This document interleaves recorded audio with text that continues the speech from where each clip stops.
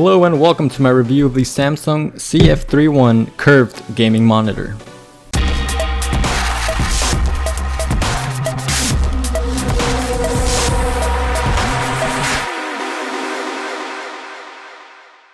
If you have not seen the unboxing I did for this monitor, please check it out using the link in the description. Before I begin, please leave a comment with any questions, thoughts, or suggestions that you may have. I've had this monitor for over 3 months now, and that is more than enough time to formulate an honest review, giving you guys the good, the bad, and the ugly about the monitor.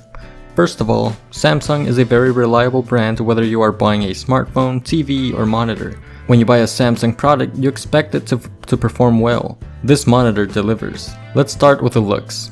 This is a 32-inch Full HD 1920 by 1080 monitor with a 60Hz refresh rate, 5 millisecond response time, and a curved display. The display has a 5000:1 contrast ratio. It has an option called Energy Saving Plus, which basically uses less power in order to save energy. It looks incredibly sexy, which is how it caught my attention as I walked around a Best Buy. The bezels around the display are very thin, adding to that gorgeous look. The monitor comes in 3 pieces. The display, the neck of the stand, and the base. Setting it up is not hard at all, as I put it together in a minute or so. On the back of the display we have 1 HDMI port, 1 display port, 1 headphone jack, and the port to give this baby power. I wish Samsung could have added an extra HDMI port, but I guess it's not a big deal. On the lower left of the back you also have the controls, which is just 1 rotating button. On the front you have the display with thin bezels, as well as an LED indicator which blinks blue if the display is turned on, and solid blue when it's turned off. Like I said, this is a 1080p display which looks very nice. Obviously a UHD or a 4K display would look better, but this is still a good display nonetheless. Out of the box, the color representation is horrible. This monitor needs some serious configuration, but once that configuration was done, the picture quality was quite pleasant. Watching videos on YouTube or Netflix is very pleasant, and gaming is also a joy. Browsing the web, you're gonna notice some very small pixels, especially if you're sitting close to the display. That is one downside of not being 4K. Another thing I found difficult to manage is changing the picture quality when you are switching from gaming to watching videos or browsing the web.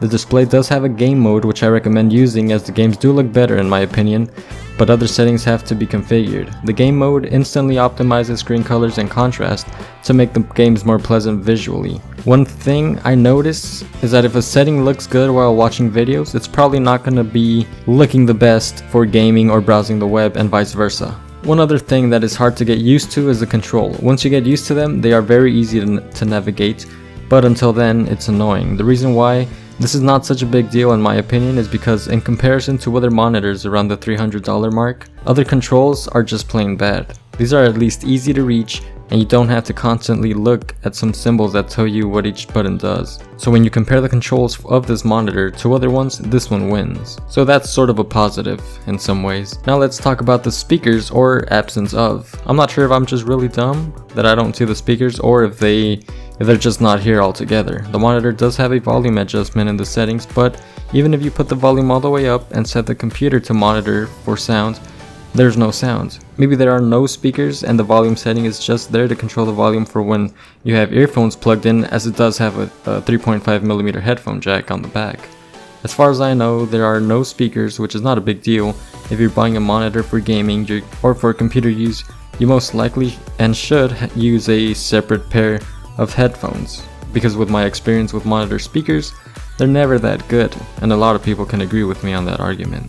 I've owned multiple monitors in the past, all of them being around the 24-inch mark. I have to say, going from a 24 to a 32-inch monitor took a little bit of getting used to, but it wasn't all that bad.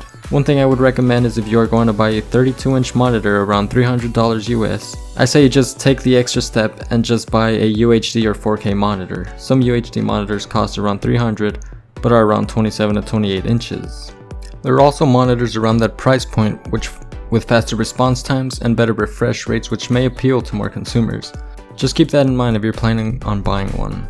If I would have known at that time that I bought this monitor, I would have just bought one of those instead. This display is still very good, and I would easily recommend it to someone looking for a full HD display. As always, make sure to leave a like if you enjoyed and subscribe for more videos like this one. Leave a comment with any questions or thoughts you may have, and thank you for watching. Have a great day.